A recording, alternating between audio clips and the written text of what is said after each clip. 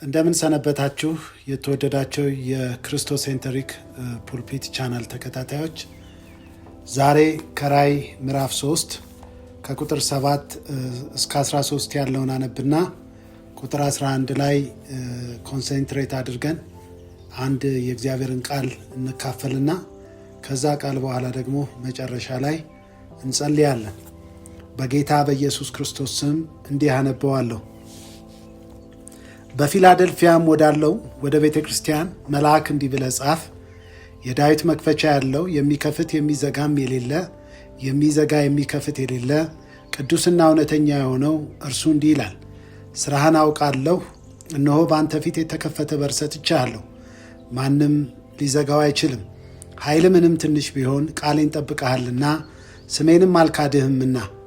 እነሆ አይሁድ ሳይሆኑ አይሁድ ነን ከሚሉ ነገር ግን ከሚዋሹ ከሰይጣን ማኅበር አንዳንዶቹን እሰጥሃለሁ። እነሆ መጥተው በእግሮች ፊት ይሰግዱ ዘንድ እኔም ወደ ወደድሁ ያውቁ ዘንድ አደርጋቸዋለሁ። የትዕግሥቴን ቃል ስለጠበቅህ እኔ ደግሞ በምድር የሚኖሩትን ይፈትናቸው ዘንድ በዓለም ሁሉ ላይ ሊመጣ ካለው ከፈተናው ሰዓት እጠብቅሃለሁ።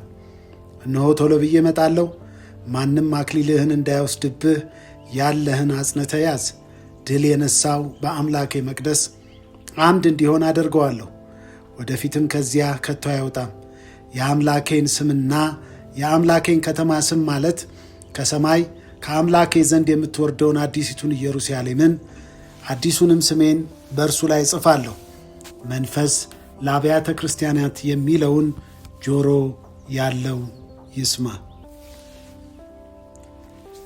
ዛሬ ወደ እናንተ እግዚአብሔር በልቤ ውስጥ ያስቀምጠውና እንድንካፈልበት የፈለግኩት ቃል ቁጥር 11 ላይ የሚገኘው ሲሆን እንዲህ ይላል፣ እነሆ ቶሎ ብዬ እመጣለሁ። ማንም አክሊልህን እንዳይወስድብህ ያለህን አጽንተህ ያዝ። የመልእክቴ ርዕስ እነሆ በቶሎ እመጣለሁ የሚል ሲሆን ንዑስ ርዕሱ ደግሞ የጸናችሁ ቤተ ክርስቲያን ምስጢር ይላል። የፊላደልፊያ ቤተ ክርስቲያን እውነተኛ ታላቅነቷ የሚለካው ወይም የተለካው በመንፈሳዊ ጥራቷ እንጂ በቁጥር ብዛት ወይም በምድራዊ ቁሶ ሀብት አልነበረም። ይቺ ቤተ ክርስቲያን ምንም እንኳን በቁጥር አነስተኛ ብትሆንና በከተማዋ በተደጋጋሚ የሚደርሱ የመሬት መንቀጥቀጥና የጎርፍ አይነት አደጋዎች ሳቢያ ደካማ ብትመስልም ጌታ ኢየሱስ ክርስቶስ ለእርሷ በሐዋርያው ዮሐንስ የላከው መልእክት የጀመረው በመንፈሳዊ ውዳሴ ነው። በተለይ ሰባቱን አብያተ ክርስቲያናት ማዕከላትን አድርገን ስናጠና ለስድስቱ አብያተ ክርስቲያናት ድክመታቸውንና ጥንካሬያቸውን መልአኩ ከሰማይ የሰማውን ድምፅ ማዕከል አድርጎ እንደተላከው መልእክት ለእያንዳንዳቸው የነገራቸው እንደሆነ በምዕራፍ 2ና ምዕራፍ 3 ስለ ሰባቱ አጥቢያ ቤተ ክርስቲያናት ስናጠና እናገኛለን። ነገር ግን ከሰባቱ አብያተ ክርስቲያናት መካከል እቺ የፊላደልፊያ ቤተ ክርስቲያን ውዳሴ ተኮር የሆነ መልእክትን የመጣላት የቤተ ክርስቲያኒቱ የጀግንነት የቤተ ክርስቲያኑ ታማኝነትና ውስጣዊ መንፈሳዊ ጥንካሬ በግልጽ ባነበብኩት ክፍል ላይ ተቀምጧል። በሕዝብ ቁጥር፣ በገንዘብ፣ በፖለቲካዊ ተጽዕኖ ወይም በቤተሰብ ብዛት ደካማ የነበረች አጥቢያ ቤተ ክርስቲያን ናት ታሪካዊ ዳራዋን ስናይ። ነገር ግን ጌታ በራዕይ ምዕራፍ 3:8 ላይ ምንም እንኳን ኃይልህ ምንም ትንሽ ቢሆን ቃሌን ጠብቀሃል እንዳላት እንመለከታለን። ይህ የአካላዊ ድክመት ከእግዚአብሔር ዘንድ ያላትን ሞገስና ተቀባይነት ቅንጣት ታህል አልቀነሰውም። ከዚህም በላይ የቤተ ክርስቲያን ኃይል በመንፈሳዊ ዓለም የሚለካው በሰው ዓይን በሚታየው እንዳልሆነ እንድትገነዘቡ እግረ መንገዴን መጠቆም እፈልጋለሁ። በእንዲህ ያለ ድክመትና የከተማዋ ተደጋጋሚ ችግሮች ውስጥ ሆና መጽናት ራሱ ታላቅ የመንፈስ ጀግንነትን እንደ ማሳያ እንደ ማስረጃ ያገለግላል። ሐዋርያ ጳውሎስ በሁለተኛ ቆሮንቶስ ምዕራፍ 12 ቁጥር 9 ላይ ስለ ራሱ ሲናገር ኃይሌ በድካም ይፈጸማልና እንዳለው ይነግረናል። በአጥቢያይቱ ድካም መካከል በብርቱ የሚገለጥ ትልቅ የእግዚአብሔር ጸጋ የበዛላት ነበረች። የፊላዴልፊያ ምዕመናን በድካማቸውና በችግሮቻቸው ውስጥ ክርስቶስን አጥብቀው ይዘው ነበር። በራሳቸው ሳይሆን በጌታ ላይ ባላቸው መተማመን ላይ የተመሰረተ ኃይልን ተቀብለዋል። ይህ ሁኔታ ዛሬም ጌታ በአቅም ማነስ ውስጥ ባሉ ታማኝ አማኞች አማካኝነት ታላቅ ሥራና አገልግሎት መፈጸም እንደሚችል አስረጂ ሆኖ ለሙግት መቅረብ ይችላል። ምክንያቱም ትንሽ ኃይል ቢሆን በታማኝነት ከቆመ እግዚአብሔር በራሱ ኃይል ያጎለብተዋል፣ ያጠነክረዋል። የፊላዴልፊያ ቤተ ክርስቲያን በሰው ዓይን ደካማ ብትመስልም በመንፈስ ግን የጸናች በመሆኗ ለሌሎች አብያተ ክርስቲያናት ሁሉ የታማኝነት ምሳሌ ሆና ቀርባለች።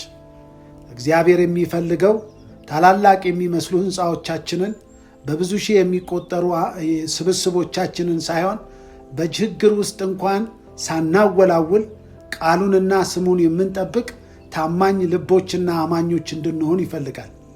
ስለዚህ የፊላዴልፊያ የኃይል ማነስ የዓለምን መስፈርት ውድቅ በማድረግ የእግዚአብሔርን የጽድቅ መስፈርትና ታማኝነት፣ መንፈሳዊ ጥራትን፣ የሕያው እምነት ማስረጃን አሳይቷል። የፊላዴልፊያ ቤተ ክርስቲያን ታላቅነት የተለካው በሰው ዓይን በሚታይ የቁጥር ብዛት፣ በምድራዊ ቁሳዊ ሀብት ሳይሆን ባላት የውስጥ መንፈሳዊ ጥራት ነበረ።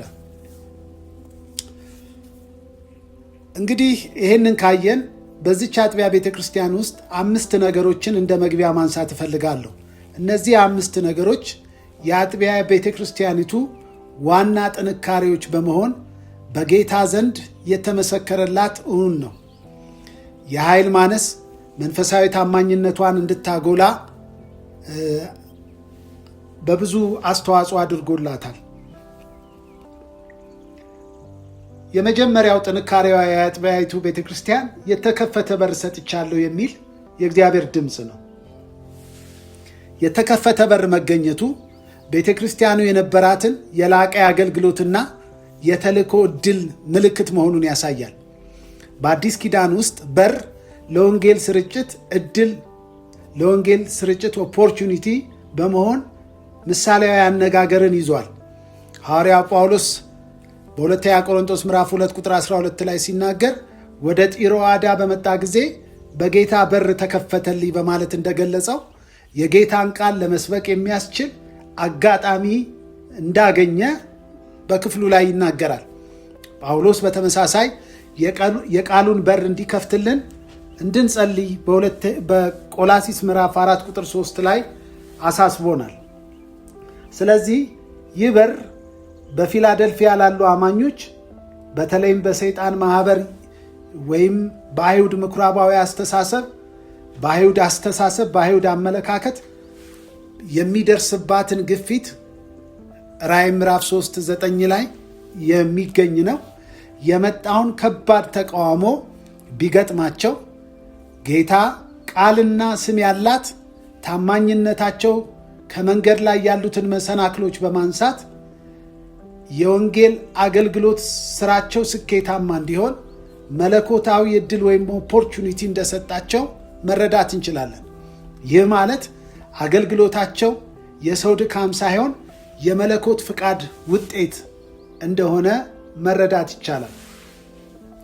ይህ በር ማንም ሊዘጋው አይችልም በመባል የተገለጸው የስልጣኑ ምንጭና ዘላለማዊነት የእግዚአብሔር መሆኑን ያመለክታል። በሩ የተከፈተው በራሱ በክርስቶስ ነው። ራዕይ ምዕራፍ 3 ቁጥር 7 ላይ ሲናገር የዳዊት መክፈቻ ያለው የሚከፍት የሚዘጋም የሌለ የሚዘጋም የሚከፍትም የሌለ የተባለለት እንደሆነ እናያለን። ይህ የእግዚአብሔር ሉዓላዊነት ማረጋገጫ ሲሆን የክርስቶስ ስልጣን ከማንኛውም የሰው ተቃውሞ፣ ከሰይጣን ማህበር ሴራ፣ ከአሕዛብ ትእዛዝ በላይ መሆኑን ያመለክታል። ይህ ደግሞ ጌታ በምድር በነበረበት የአገልግሎት ወራቱ ስለ ቤተ ክርስቲያን ከጴጥሮስ ጋር በነበረው ዲያሎግ የተናገረውን አንድ መሰረታዊ እውነት የምናገኝበት እንደሆነ እግረ መንገድ ማሳሰብ እፈልጋለሁ። በማቴዎስ ምዕራፍ 16 ቁጥር 18 ላይ የገሃነም ደጆች አይችሉትም በማለት ለቤተ ክርስቲያኑ ከሰጠው ዋስትና ጋር የሚስማማና ትይዩ በአንድነት የሚፈስ ቃል ነው። በመጨረሻም የተከፈተው በር የፊላደልፊያ ቤተ ክርስቲያን ለነበራት ጥንካሬዎች የታማኝነት ፍሬ ምላሽ ወይም ሪዋርድ ነው። ጌታ ይህንን በረከት ከመስጠቱ በፊት ቃሌን ጠብቀሃልና ስሜን አልካድህምና በሚል ምክንያቱን ገልጾላታል። እንግዲህ እዚህ ጋር የምንማረው ነገር ምንድን ነው? የቤተ ክርስቲያን መነቃቃትና መስፋፋት የሚመጣው ከትምህርተ ወንጌል ንጽሕና፣ ከግል ታማኝነት መሆኑን ሲሆን ምንም እንኳን ጥቂት ብርታት ቢኖረን ወይም ትንሽ አቅም ወይም ቁጥር ቢኖራቸውም ታማኝነታቸው በእግዚአብሔር ኃይል እንደሚሰራ የሚያስችል ሰፊ የአገልግሎት በርና መድረክን ለፊላደልፊያ አማኞች አስገኝቶላቸዋል ማለት ነው። ሁለተኛው የአጥቢያይቱ ጥንካሬ ጥቂት ወይም ትንሽ የሆነ ኃይል ነው። ራእይ ምዕራፍ 3 ቁጥር 8 ላይ ምን ይላል? ኃይልህ ምንም ትንሽ ቢሆን የሚልን ቃል እናገኛለን። በዚህ ቃል ውስጥ የተገለጠው እውነት ምንድን ነው? የቤተ ክርስቲያኒቱ ሁኔታ በቁጥር፣ በገንዘብ ሀብት፣ በከተማው አስተዳደር ባለ ተጽዕኖ፣ በህብረተሰቡ ዘንድ ባለ ዓለማዊ ተሰሚነት እጅግ ደካማ ስፍራና ቦታ ላይ እንደነበረች ያስረዳል። በሌላ አገላለጽ እቻ አጥቢያ ከታላላቅ የኃይል ማዕከላት ከትልልቅ ጉባኤዎች ጋር ሲነጻጸር አነስተኛ የሆነ ኮንግሪጌሽን የነበራት ናት። ይሁን እንጂ ጌታ የገመገማት ባላት ብዛት፣ ባላት ቁጥር፣ ባላት ሀብት ሳይሆን ባለችው ትንሽ አቅም ውስጥ ሙሉ ኃይሏን ተጠቅማ ለቃሉ በታማኝነት መቆሟን ነው። እውነተኛ የአገልግሎት ውጤታማነት የሚመነጨው ከሰዎች የሀብትና የቁጥር ብዛት ሳይሆን ታማኝነትና መንፈሳዊ ቁርጠኝነትን እግዚአብሔር ከፍ አድርጎ እንደሚመለከተው ማሳያ ነው። በተለይ ስለ ሎዶቅያ ቤተ ክርስቲያን ስናይ ሀብታም ነኝ፣ ባለጠጋ ሆኛለሁ፣ አንድም እንኳን አያስፈልገኝም የምትል መሆኗን ማዕከል አድርጎ እግዚአብሔር ከዚህ በተቃራኒ የሆነ የአገልግሎትና የሕይወት ልምምድ ውስጥ በመገኘቷ ሲነቅፋት ከቁጥር 15 እስከ 20 ድረስ እናያለን። ይህ አቋም ከሌሎች የመጽሐፍ ቅዱስ ትምህርቶች ጋር የሚጣጣም ነው። ቅድም እንዳልኩት ሐዋርያው ጳውሎስ ስለ ራሱ ድካም ሲናገር ኃይሌ በድካም ይፈጸማል ብሎኛል ብሎ እግዚአብሔር ብዙ ጊዜ በዓለም ዘንድ የማይከብሩትንና ደካማ የሚባሉትን በመምረጥ ብልሃተኞችን ያሳፍር ዘንድ የዓለምን ሞኝ መንገድ እንደመረጠ አርጊዮ ያደርጋል። በተለይ 1 ቆሮንቶስ 1:27 ላይ በዚህ ሐሳብ ዙሪያ ጠንካራ ሙግቱን ያቀርባል። የፊላደልፊያዋ አጥቢያ ቤተ ክርስቲያን ጥቂት ብርታት ቢኖራትም ቃሉን በመጠበቋ ስሙን ባለመካዷ ምስክርነት ተሰጥቷታል። የእነዚህ አማኞች ድክመት እግዚአብሔር በኃይል እንዲሰራ በር ከመሆን አልፎ ማንም ሊዘጋው የማይችለውን የተከፈተ በር እንድታገኝ አስችሏታል። ይህም እውነተኛ የአገልግሎት ስኬት የሚለካው በእግዚአብሔር ጸጋ እንጂ በሰው አቅም አለመሆኑን ያስተምረናል። ሦስተኛው የአጥቢያ መሠረታዊ ጥንካሬ ቃሌን ጠብቀሃል የሚል ነው። ይህ ምስክርነት የአጥቢያይቱ ጥንካሬ የቤተ ክርስቲያኒቱን የዶክትሪን ንጽሕናና ለእውነት የነበራትን ጽናት ያሳያል።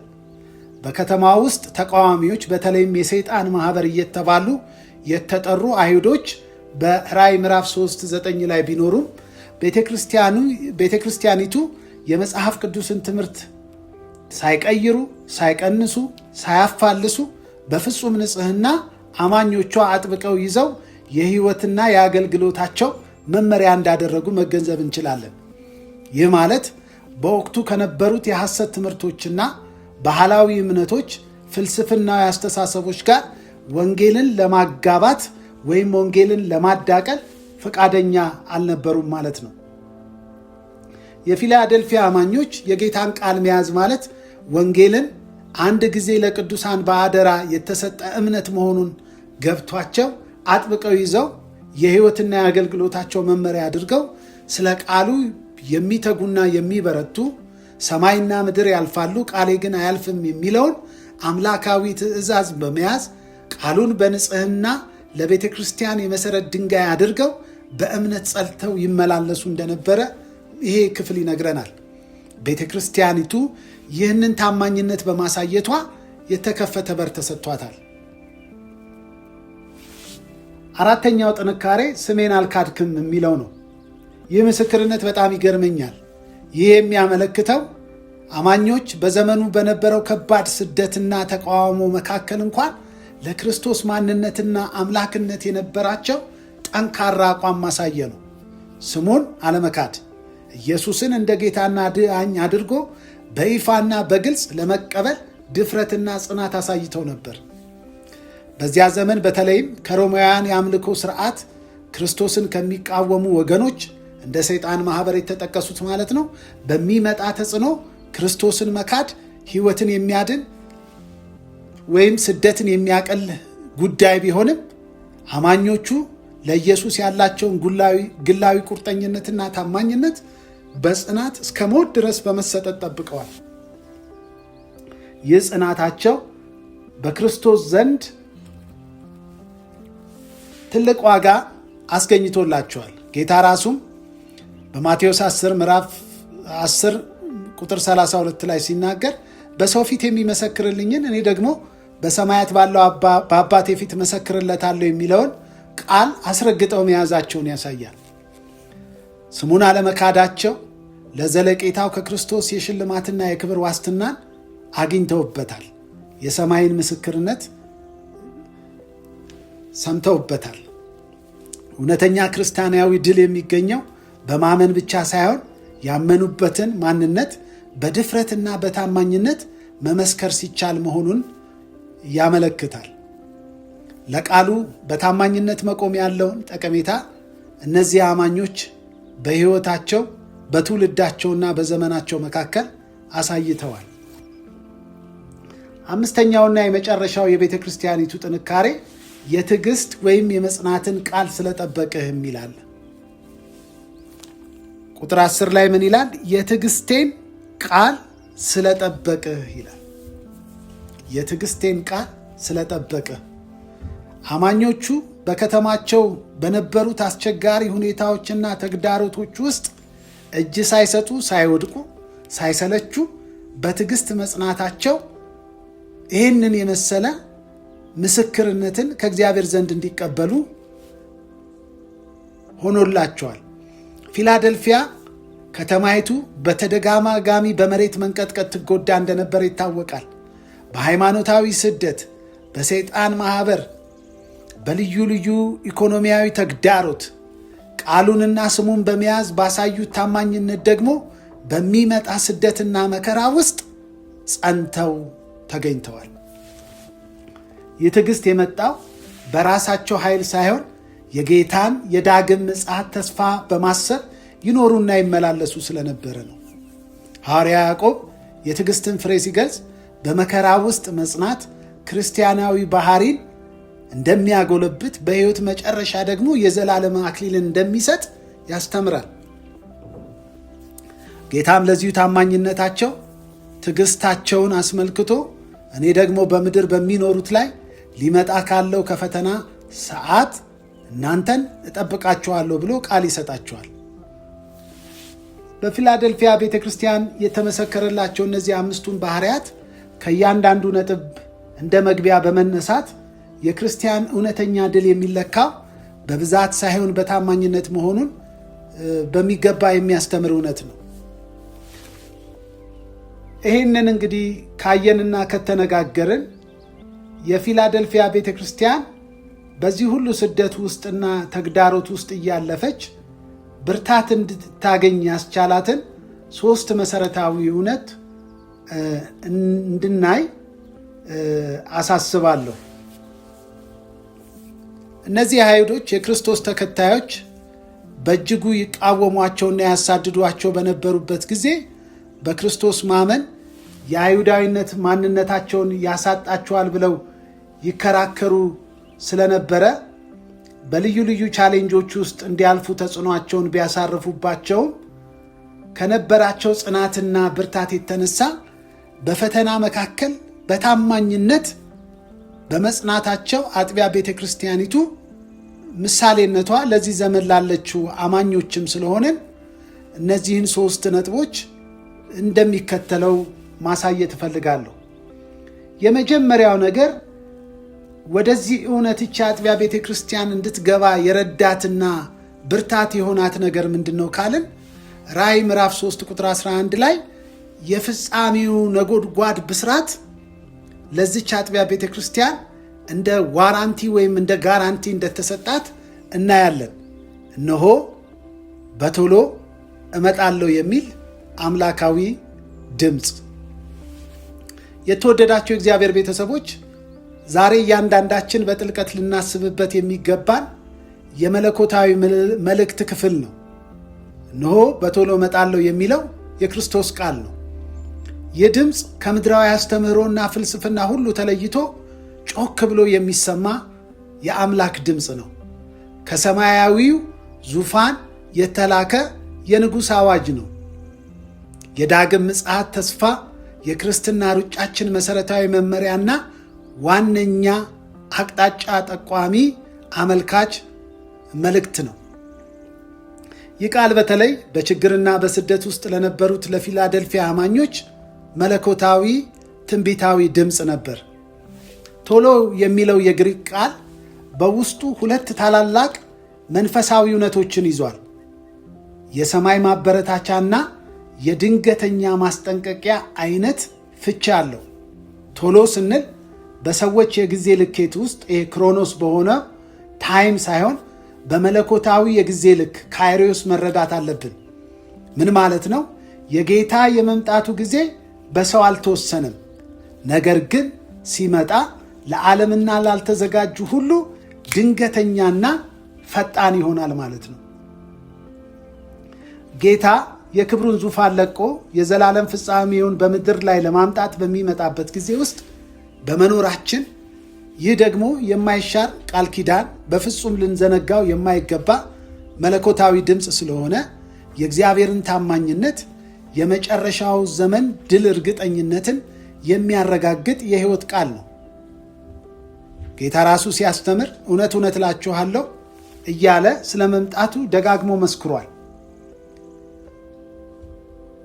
በዚህ የዘመን መጨረሻ የምንኖር የዘመን መጨረሻ እየተቃረበ በመሆኑ ይህ የክርስቶስን ቃል በየዕለቱ ለንቃትና ለጽናት የሚሆንን መንፈሳዊ ኃይል የሚሰጠን ስለሆነ ምጽአት ተኮር በሆነ ሕይወት ውስጥና ማይንድ ሴት ውስጥ እንድንመላለስ ቶሎ በሚለው ቃል መንፈስ ውስጥ ተጠምቀን ቶሎ የሚለውን ቃል ማዕከል ያደረገ የሕይወት ስርዓት ውስጥ እንድንመላለስ እግዚአብሔር ይፈልጋል። ቶሎ ብዬ እመጣለሁ የእምነት ትግሉ የመጨረሻው ምዕራፍ ላይ መድረሱን የሚያበስር የሰማያዊ ኃይል ጩኸትና ማበረታቻ ነው። የክርስትና ሩጫችን የሕይወት ዘመን ሙሉ ስለሚቆይ ብዙዎቻችን በመንገድ ላይ የደከምን፣ በስደት ውስጥ፣ በኢፍትሐዊነት ውስጥ፣ በማያቋርጡ የኑሮ ፈተና ሸክም እና ጫናዎች ውስጥ በየቀኑ የምናልፍ ልንሆን እንችላለን። ሐዋርያው ሩጫውን በጽናት እንሩጥ ብሎ ለዕብራውያን አማኞች በዕብራውያን ምዕራፍ 12:1 እንደሚለው ይህ እንደ ማራቶን ያለ ሩጫ ብዙ ድካም የሚጠይቅ፣ ብዙ ቁስል የሚያጋጥመን፣ ብዙ መንገዳገዶች ውስጥ የምናልፍበት፣ በብዙ መንፈሳዊ ጫናዎች ውስጥ ልናልፍበት የምንችል ሁነት ነው። በድካም ሸለቆ ውስጥ አልፈን ልንገኝ እንችላለን። ጌታ ኢየሱስ ክርስቶስ ግን የመጨረሻውን የመንፈስ ቅዱስን ኃይል በመላክ አይዟችሁ፣ አትፍሩ፣ የጨለማው ጊዜ አጭር ነው፣ ይህ ጩኸት፣ ይህ ድካም እንድትበረታቱና ቀሪውን ሩጫ በሙሉ ኃይል እንድትሮጡ አቅምና ጉልበታችሁ ነኝ፣ እኔ ያለፍኩበት መንገድ ነው፣ እኔ የሮጥኩት ሩጫ ነው፣ በዚህ ሩጫ ውስጥ ደግሞ የመጣውን መከራ በትዕግስት ተቀበሉ እያለ እያበረታታን እንዳለ አምናለሁ። ሮሜ ምዕራፍ 5 ቁጥር 3-4 ሲናገር መከራ ትዕግስትን እንዲያደርግ፣ ትዕግስትን ፈተናን እንደሚያደርግ እንድናስታውስ እመክራለሁ። ጌታ ራሱ በዮሐንስ ወንጌል ምዕራፍ 16:33 ላይ በዓለም ሳላችሁ መከራ አለባችሁ፣ ነገር ግን አይዟችሁ፣ ሃሌሉያ፣ እኔ ዓለምን አሸንፌዋለሁ በማለት የማበረታቻ መልእክትንና ድምፅን በዚህ ምድር ባለን ቆይታ ወቅት ውስጥ ድል ነስተን እስክንወጣ ድረስ የሚያበረታታ ኃይልንና ቃልን በተስፋ መልክ ሰጥቶናል። የደም የላብ የእንባ ዋጋችን በእሱ ፊት የከበረ ነው። የምንታገለው አሸናፊውን ጌታ ተከትለን ስለሆነ፣ መጨረሻችን አስቀድሞ በሰማይ የተጻፈ ስለሆነ፣ የዓለም ችግሮች የቱንም ያህል እውነት ቢመስሉ ወዳጆች ሆይ አስረግጬ ነግራቸዋለሁ፣ ጊዜያዊ ናቸው። የጌታ መምጣት ግን ዘላለማዊና የማይሻር እውነት ነው። የረፍታችን የዘላለም ክብር ቀን እነሆ በደጅ ነው። ወዳጆች ሆይ አትፍሩ፣ ድሉ የኛ ነው። በሌላ በኩል ቶሎ የሚለው ቃል የመዘናጋትን መንፈስ የሚያስወግድ የድንገተኝነት ማስጠንቀቂያ ነው። እርጀንሲ ነው። ብዙ ሰዎች ጌታ ቶሎ የሚለውን ቃል ሲናገር በሰዎች የጊዜ ልኬት፣ ቅድም እንዳልኩት ክሮኖስ ታይም አቆጣጠር ውስጥ በጊዜ ሰሌዳ መዋቅር ውስጥ ተረድተው ዘገየ ይላሉ። ይህንንም ጥያቄ ጴጥሮስ በደብዳቤው ላይ አንስቶታል። ሁለተኛ ጴጥሮስ ምዕራፍ 3 ቁጥር 4 ላይ ማንበብ ይቻላል። ነገር ግን እዚህ የተጠቀሰው የጊዜ ልክ መለኮታዊ የጊዜ ልክ ነው። ካይሪዮስ ነው። ምን ማለት ነው? ለዓለምና ላልተዘጋጀች ነፍስ ባልተጠበቀና በፍርድ ድንገተኝነት እንደሚገለጥ የሚያመለክት ነው። የሰው ልጅ ባልጠበቃችሁት ሰዓት ይመጣልና በማለት እንዳሰመረበት አይነት ፍቺን የያዘ ነው። ወዳጆች ሆይ የቤተ ክርስቲያን ታሪክ የሚያስተምረን በሩጫው መጨረሻ ላይ መዘናጋት፣ መንፈሳዊ እንቅልፍ በብዙ ሰዎች ላይ እንደሚፈስ ነው። ጌታችን ደጋግሞ በተለይ በማቴዎስ 25:13 ላይ ነቅጣችሁ ጠብቁ በማለት ትእዛዝ የሰጠበትን ክፍል መቃኘት ይቻላል። አሁን ወዳጆች ሆይ ለመተኛት፣ ለኃጢአት፣ ከዚህ ዓለም ጋር ኮምፕሮማይዝ ለማድረግ አንዳንድ መንፈሳዊ ነገሮችን ነገ አደርጋቸዋለሁ፣ ነገ ፈጽማቸዋለሁ ለማለት ጊዜው አይደለም። ይልቁንም ጊዜውና ዘመኑ አሁን እንደደረሰ አውቀን ከእንቅልፍ ትነሱ ዘንድ ሰዓቱ ነው እንዳለ በዚህ አይነት መረዳትና አዌርነስ ዘመኑን እንድንዋጅ እግዚአብሔር በእኛ ውስጥ ይህንን ተልእኮ አስቀምጧል። ሰይጣን የመጨረሻውን ጥንቃቄና ንቃትን ለመስረቅ የሚጥርበት ወቅት ነው። በተለይ በሩጫው መጨረሻ ላይ የሚደረገው ጥቃት በጣም ጠንካራ ነው። እንደ ፊላደልፊያ ቤተ ክርስቲያን ሁሉ እኛም ቃሉን፣ እምነታችንን አጥብቀን በመያዝ የአክሊላችንን ጥበቃ ማድረግ ይኖርብናል። የመጨረሻው መስመር ላይ ደርሶ በግማሽ እርምጃ መቀደም አለ። ሩጫውን በታማኝነት ጨርሰን በኃጢአት መዘናጋትና በጸሎት አልባነት ምክንያት አክሊላችንን ማጣት የለብንም። ይህ እጅግ የሚያሳዝን መንፈሳዊ ኪሳራ ነው።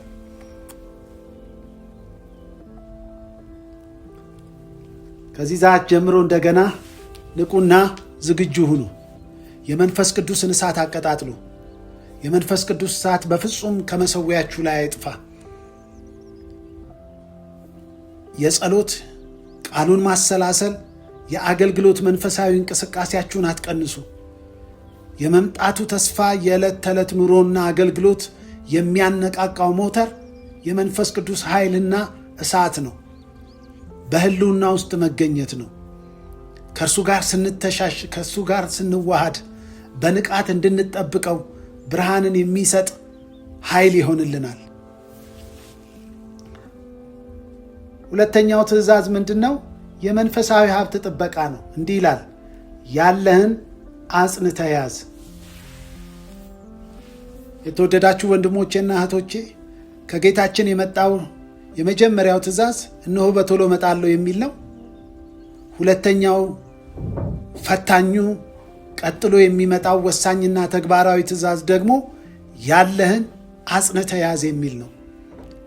ጌታ አዲስ ነገር ፍጠሩ አላለንም። አዲስ ሥራ ጀምሮ አላለንም። ይልቁንም አሁን ያለውን ውድ መንፈሳዊ ሀብታችሁን፣ መዳናችሁን ከእጃችሁ እንዳያመልጥ አጥብቃችሁ አጽንታችሁ ያዙ፣ ጠብቁ የሚል የማያወላውል መመሪያና ትእዛዝ ነው የሰጠን። ይህ መለኮታዊ ትእዛዝ በእምነት ጉዟችን ውስጥ እጅግ የከበረውን የነፍሳችንን ሀብት ለመጠበቅ ያለንን ግላዊ ኃላፊነትና ጥንቃቄ የሚያሳይ ነው።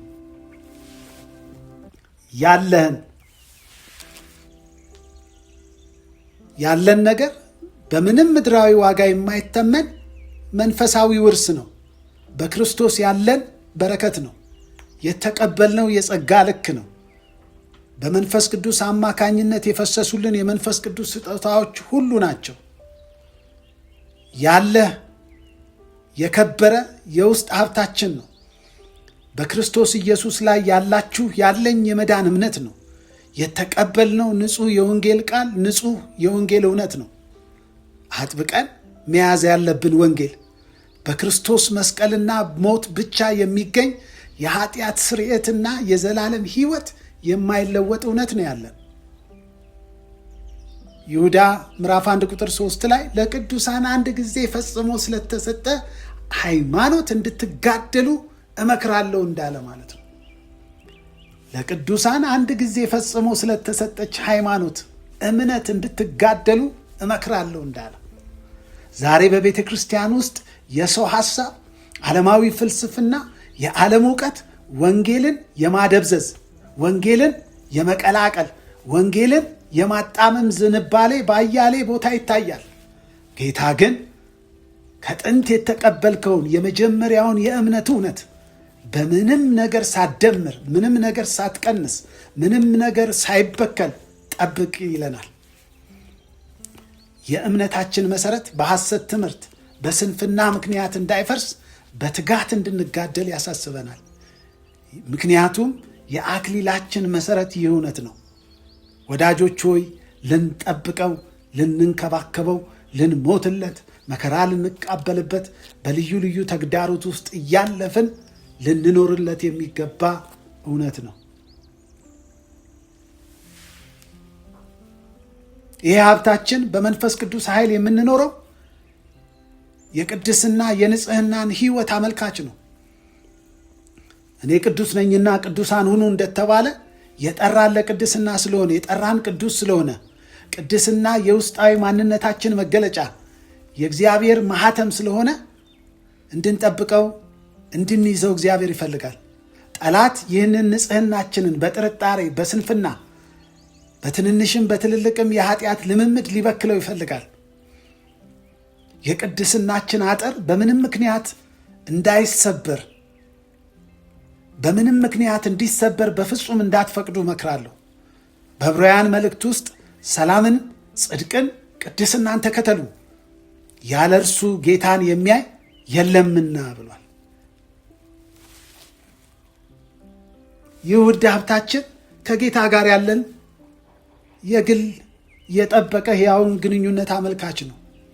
የመዳናችን ወሳኝነት የሚለካው በዚህ የግንኙነት ጥልቀትና ትኩሳት ላይ ነው። ወዳጆች ሆይ የምንጸልየው ይህን ፌሎሺፕ ለማጽናት ነው። ይህን ፌሎሺፕ ለማሳደግ ነው። ይህ ግንኙነት በክርስቶስ ሕይወት ዋነኛ ማዕከል መሆን አለበት። የጸሎት ጊዜያችን፣ ቃሉን የምናሰላስልበት የዝምታ ጊዜያችን፣ የነፍሳችን ምሽግ የምናፈራርስበት ውድ ጊዜያችንን በመጠበቅ ጌታን የኤፌሶን ቤተ ክርስቲያን እንዳስጠነቀቀው የመጀመሪያውን ፍቅራችንን እንዳንተው የምንጠነቀቅበት ኅብረት ነው። ሥራ፣ ዝና፣ ቤተሰብ፣ ትዳር፣ ትምህርት፣ ልዩ ልዩ ማኅበራዊ ኃላፊነቶች ይህንን የኅብረት ጊዜ ለማበላሸት ባያሌው ይጥራሉ። የምንኖረው ድኅረ ዘመናዊነት የበዛበት ሰልፍ ሴንተርድ ማዕከል የሆነበት ዘመን ነው። ነገር ግን የኅብረትና የአንድነት ጊዜያችንን እንደዚህ አይነት ሁኔታዎች እንዲበሉት፣ እንዲያበላሹት፣ እንዲበክሉት በፍጹም መፍቀድ የለብንም። ራእይ ምዕራፍ 2 ቁጥር 5 ላይ በመጀመሪያ የነበረችውን ፍቅርህን አስብ፣ ንስሐ ግባ እንደሚለው ማለት ነው። ከእርሱ ጋር ያለን ግንኙነት እንደ መጀመሪያው እሱን እንዳገኘንበት የልጅነት ወራታችን በፍቅር እየነደደ ትኩስ ሆኖ እንዲቆይ ይፈልጋል። ምክንያቱም የአክሊላችን ዋስትና የመንፈሳዊ ሀብታችን ዘላቂነት መጠበቂያ ነው። ስለዚህ አጽንተን እንያዝ ወዳጆቼ። በጣም ይገርመኛል። ይህ አጽንተህ ያዝ የሚለው ሆልድ ፋስት የሚልን ሐረግ ፍቺን የያዘ ነው። ንቁ የትግል ትእዛዝ ነው።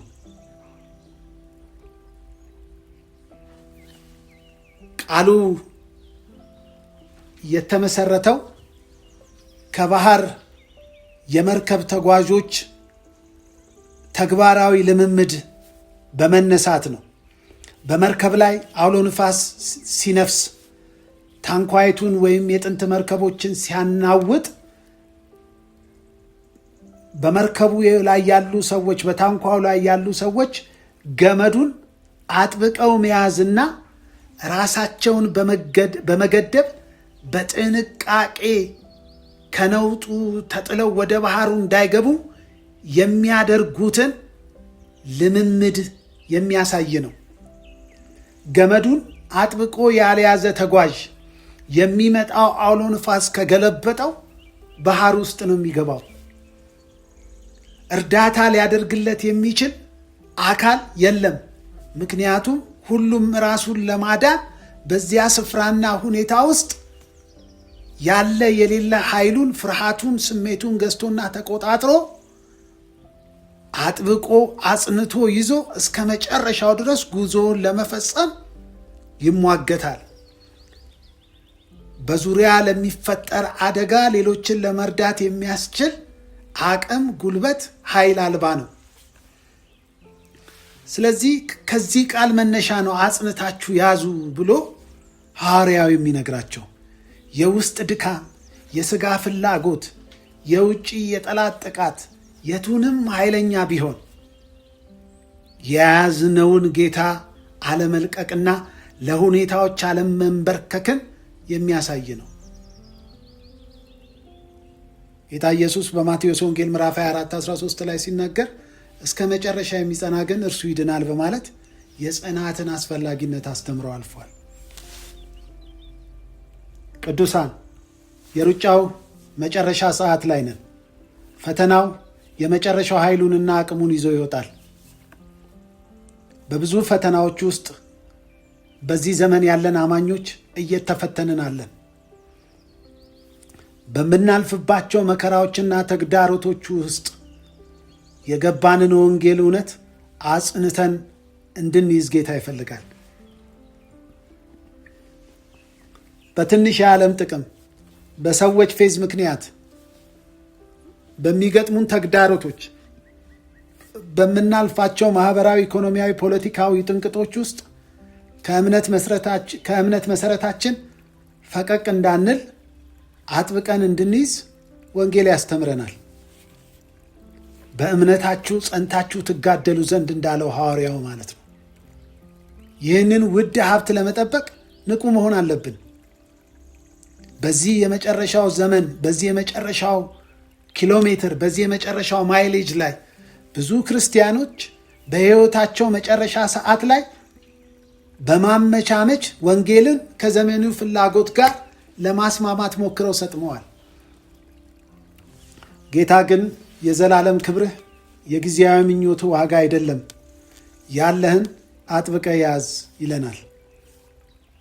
ያዕቆብ እንደሚል በፈተና የሚጸና ሰው ብፁዕ ነው፣ በፈተና የሚጸና ሰው የተባረከ ነው እንዳለ የያዝነውን ሀብት አጥብቀን በመያዝ አክሊላችንን መጠበቅ እንችላለን።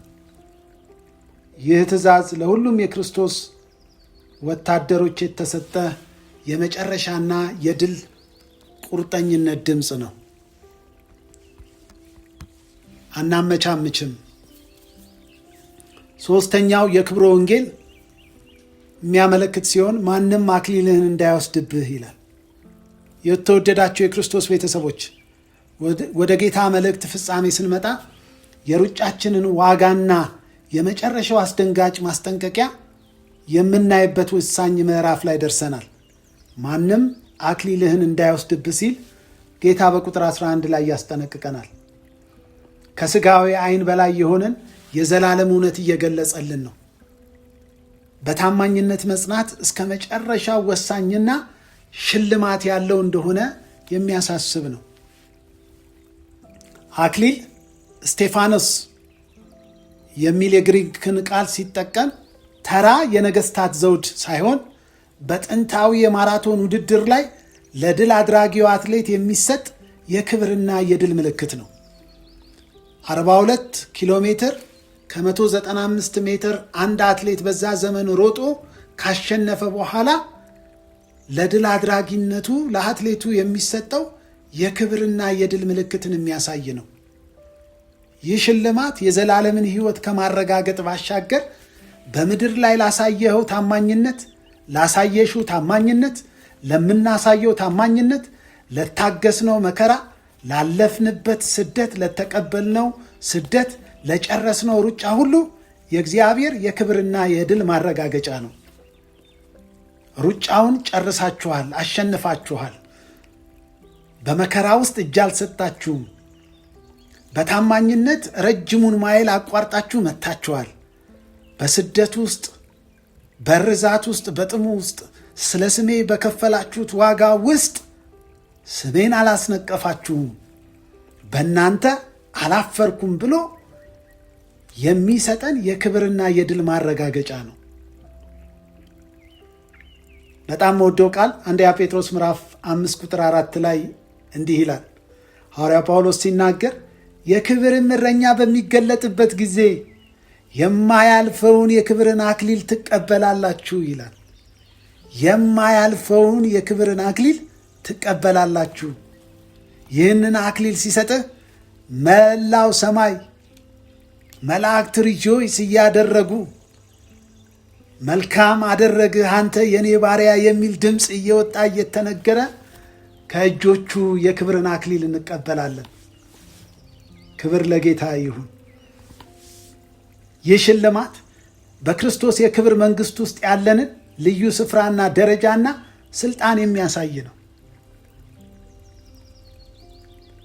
ሐዋርያው ጳውሎስ ከባድ መስዋዕትነትን፣ ርዛትን፣ መራብን፣ መጠማትን፣ መደብደብን በልዩ ልዩ መከራ ውስጥ አልፎ የወንጌልን አገልግሎቱን ፈጽሞ ስለከፈለ ዋጋ ለልጁ ለጢሞቴዎስ በሁለተኛ ጢሞቴዎስ ምዕራፍ 4 ቁጥር 7 እስከ 8 ላይ ሲናገር መልካሙን ገድል ተጋድያለሁ አለ፣ ሩጫውንም ጨርሻለሁ፣ ሃይማኖቴን ጠብቄያለሁ ብሎ የተናገረው ይህንን የከበረ አክሊል በማሰብ ነው።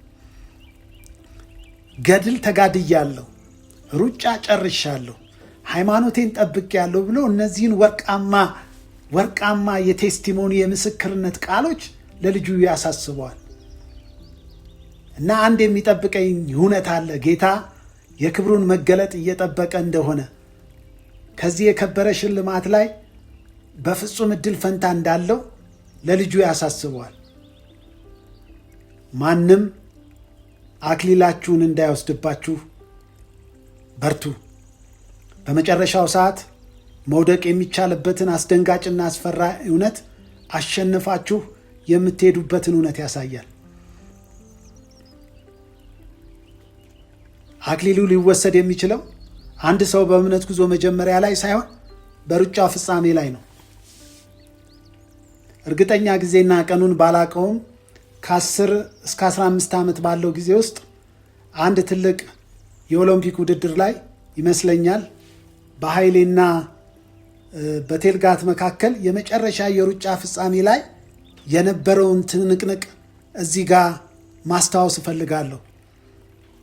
በዚህ የሩጫ ትንቅንቅ ውስጥ እየመራ የነበረው ኬንያዊ አትሌት 3-4 እርምጃ ለመጨረስ በቀረው ጊዜ ኃይሌ ገብረስላሴ ከኋላው መጥቶ የተዘጋጀለትን ትልቅ ሪዋርድ በሩጫው ፍጻሜ ላይ ቀድሞት በመግባት ወሰደ።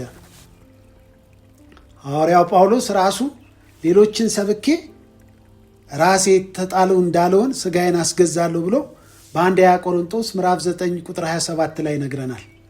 ስለዚህ ወቻውት ሩጫውን ጀምረን አብዛኛውን መንገድ በታማኝነት ሮጠን ስለ ወንጌል በልዩ ልዩ መከራ ውስጥ አልፈን የመጨረሻውን እርምጃ ከመውሰዳችን በፊት በስንፍና፣ በዘፈቀደ ኃጢአት፣ በሐሰት ትምህርት ተፈትነን ከወደቅን ለእኛ ተዘጋጅቶ የነበረውን ሽልማት ሌላው ታማኝ ሯጭ ሊቀበል እንደሚችል ማሰብ ተገቢ ነው።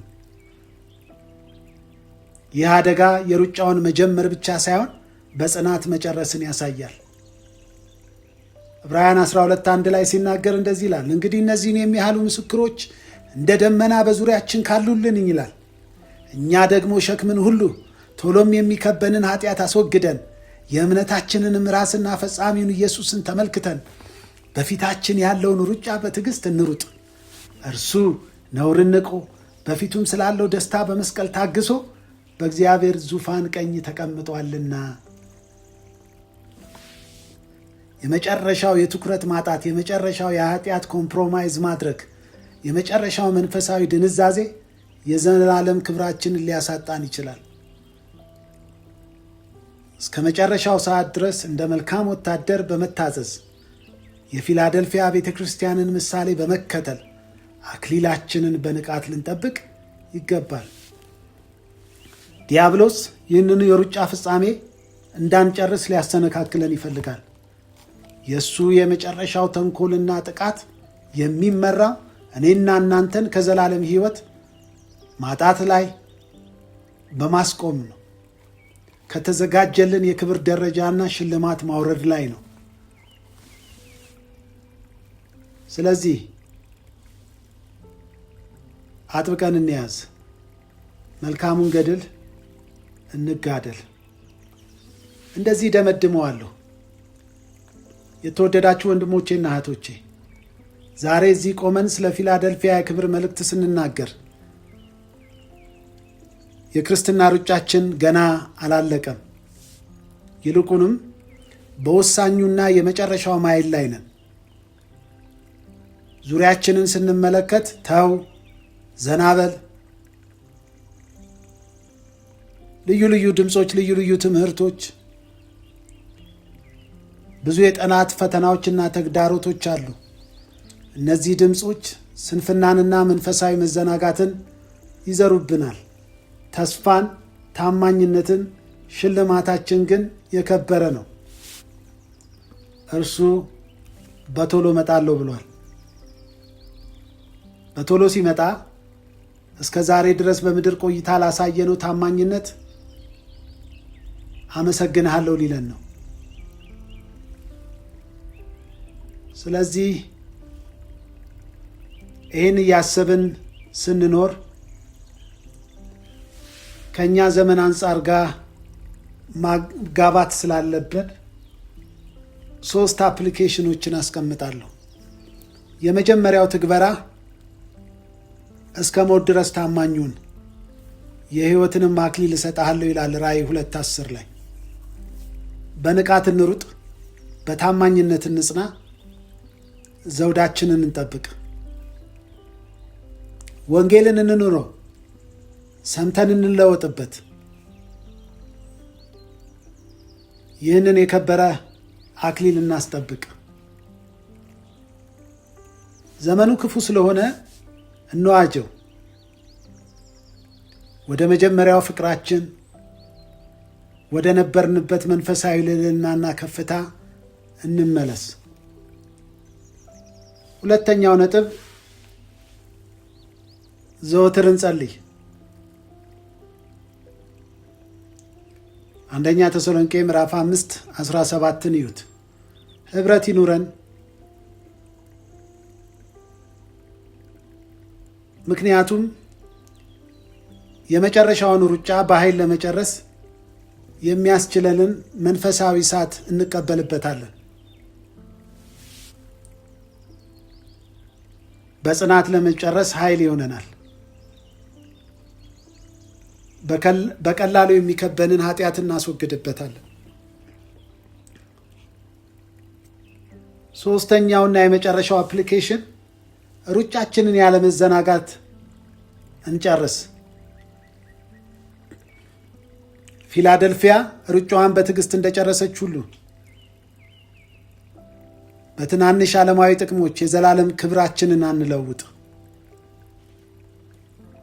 የዘላለም ክብራችን ከጊዜያዊ ምኞቶቻችን ዋጋ ያነሰ ነው።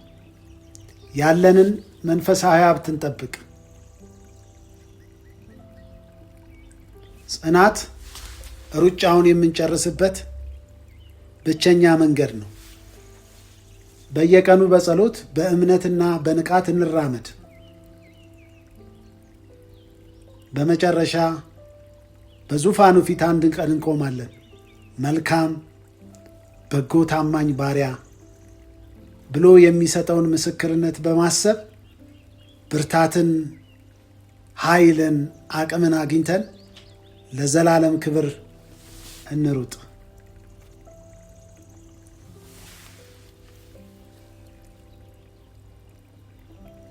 እንደዚህ ጨርሳለሁ። አሁን የመጨረሻውን ሩጫ በታማኝነት ለመጨረስ የሚያስችለንን አንድ መንፈሳዊ እርምጃ በግል እንውሰድ።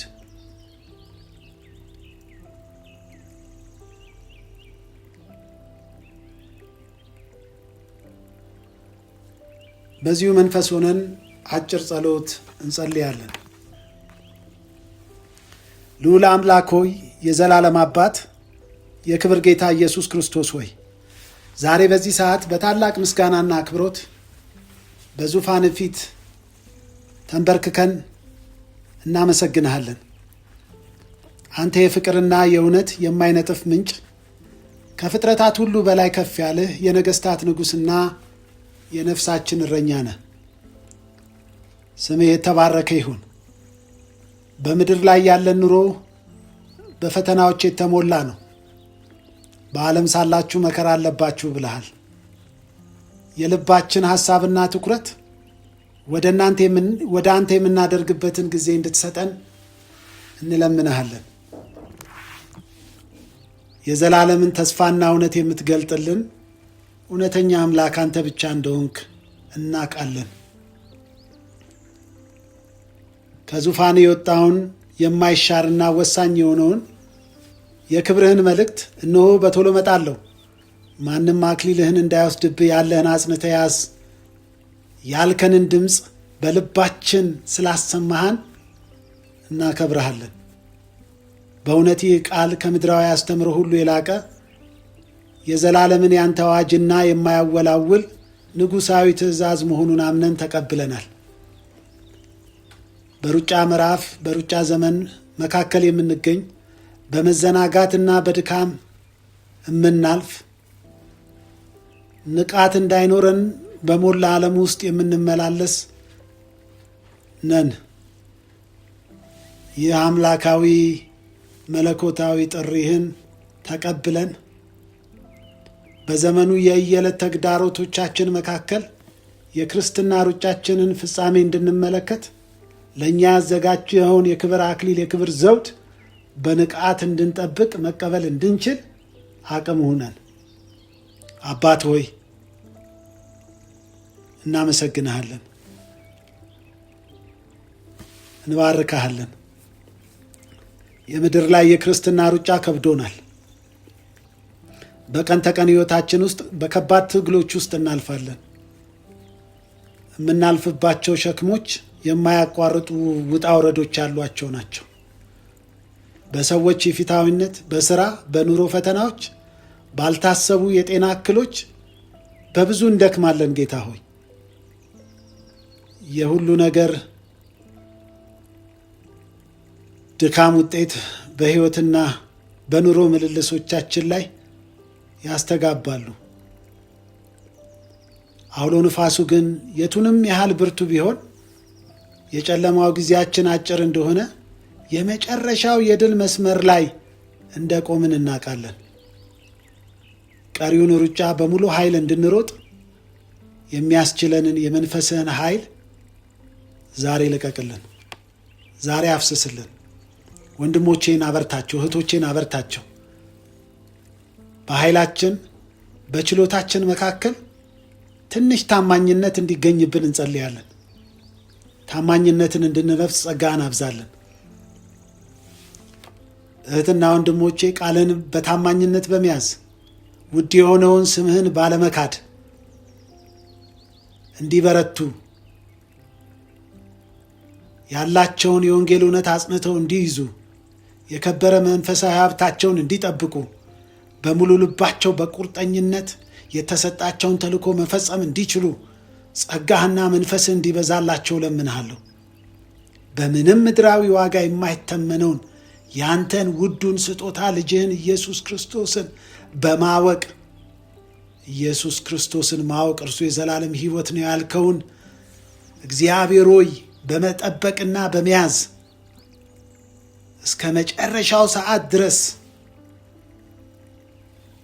ሳይዘናጉ ኃይልህን ይዘው በድል መንፈስ እንዲጨርሱ አቅም እንድትሆናቸው ጸልያለሁ። ልዑል አምላካችን ሆይ በዚህ ሌሊት በፊት ተንበርክከን ቅድስናችንን ያደፈረስንበትን በሥጋችን ፍላጎት የተጓዝንበትን በዓይን አምሮትና በሕይወት ትዕቢት ተማርከን የንጽሕናችንን አጥር ያፈረስንበትን ኑሮ ልምምድ መንገድ በልጅ በኢየሱስ ክርስቶስ ስም ይቅር እንድትለን እንለምንሃለን። ሰላምን፣ ጽድቅን፣ ቅድስናን መከተል እንድንችል አግዘን። ከንጹሕ የቅድስና ሕይወት ውጪ አንተን ማየት እንደማንችል እናውቃለን። ጌታ ሆይ በዚህ መንፈሳዊ ትግል ውስጥ ያለመሰልቸትና ያለመውደቅ እንድንታገል ጸጋህ እንዲያበረታን እንለምንሃለን። የቅድስናችን ምሽግ በጠላት ተንኮል ሴራ እንዳይደፈር በራሳችን ስንፍናና መዘናጋት ጌታ አምላክ እግዚአብሔር ሆይ እንዳይበላሽ ዘወትር በመንፈስ ኃይል የነቃን እንድንሆን መንፈስህን እንድታፈስልን እንድታበዛልን እንለምንሃለን። ጌታ ሆይ አለን ከምንለው ውድ መንፈሳዊ ሀብት ከአንተ ጋር ያለን የግል የጠበቀ ሕያው ኅብረት መሆኑን ተምረናል። ስለዚህ ይህንን ውድ ጊዜ እንድንጠብቅ አግዘን። የጸሎታችን ማዕከል አንተ እንድትሆን፣ የሚጠፉ ሰዎች እንዲሆኑ፣ ወንጌልን ለመመስከር በሞት ጥላ መካከል የሚያልፉትን ወደ መንግሥት እውነት ለመመለስ እንዲሆን እግዚአብሔር ሆይ እንድታስነሳን እንለምናለን። በሥራ ጫና፣ በዝና ፍለጋ፣ በከባድ የቤተሰብ ኃላፊነቶች ምክንያት ዘመናችን እንዳይበላ፣ ከአንተ ጋር ኅብረት እንዳይበላሽ፣ ከአንተ ጋር ያለን ኅብረት እንዳይበላሽ፣ መሠዊያችን አመድ እንዳይሞላው፣ ልክ እንደ መጀመሪያው ፍቅራችን ዘወትር እየነደደ ትኩስ እየሆነ እንዲቆይ እንለምንሃለን። ማንም አክሊላችንን እንዳይወስድብን አበርታን። አምላካችንና አባታችን ሆይ በመጨረሻ የአባትነት ጥሪን ተቀብለን ወደ ተግባር ለመለወጥ የምንችልበትን ጸጋ አፍስስልን። ንቁ ሆነን እንድንጠብቅ የእምነታችን ንጽሕና፣ ቅድስናችን፣ ያለንን ሀብት እንድንጠብቅ እንድንይዝ፣ ከሁሉ በላይ አክሊላችንን እንድንጠብቅ ያንተ መንፈስ ይርዳን። በዚህ አስቸጋሪና ፈታኝ በሆነው የሩጫ መጨረሻ ላይ የራሳችን ድካም እንዳይጥለን፣ የኃይላችን ሁሉ መጨረሻ እንድናወጣ ሙሉ በሙሉ በአንተ ኃይል እንደገፍ ዘንድ እንድትረዳን እንለምንሃለን። አባቴ ሆይ ሩጫውን በታማኝነት ጨርሰን አክሊላችንን ከእጆችን እንድንቀበል አግዘን። ወደ ክብርህ መንግሥት እንድንገባ ደግፈን። ይህንን ሁሉ ስለምታደርግልን እናመሰግንሃለን። በዚህ የሳምንቱ መጨረሻ ቀን ጌታ ሆይ ይህን ጸልየናል።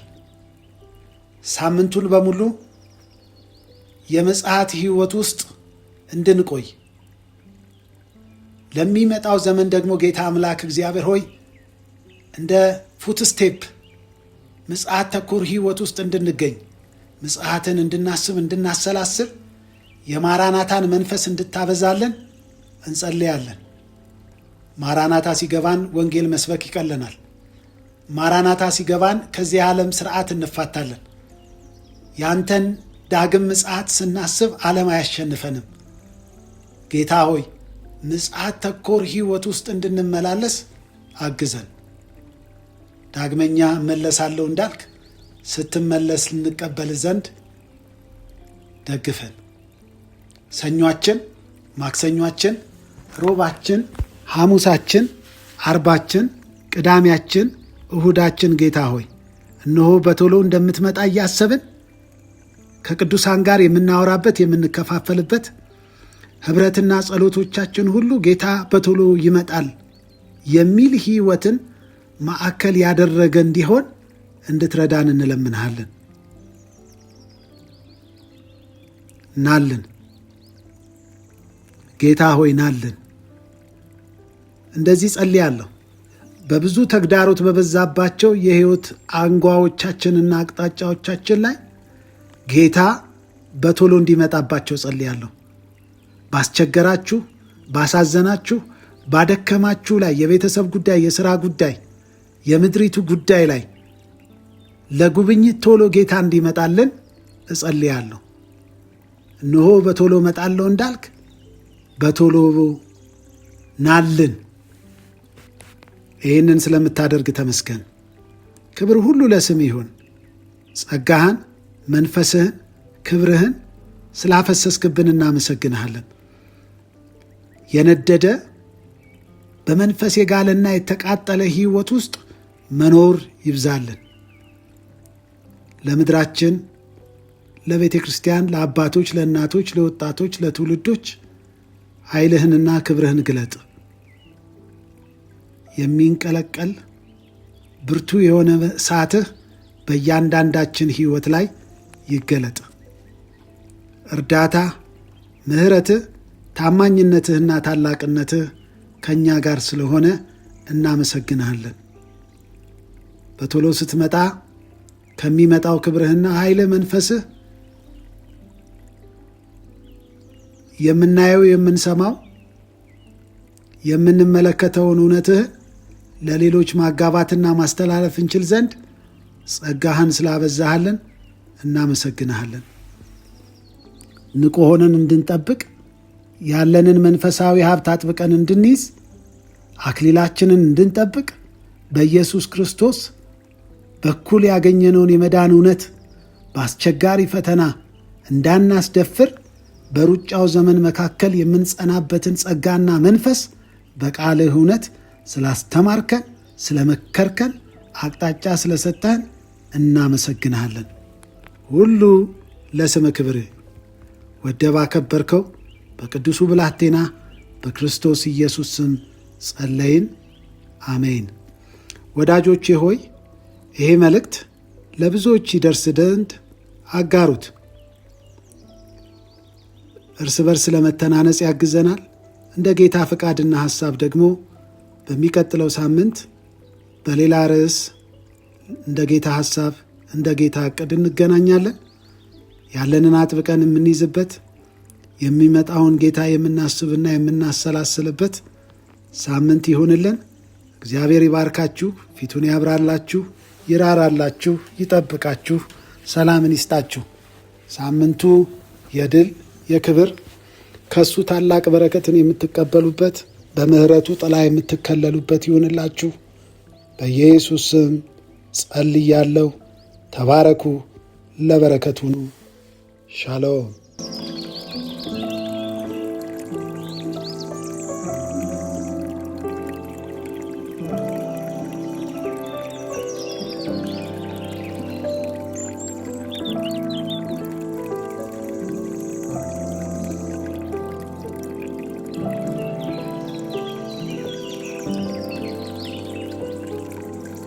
you.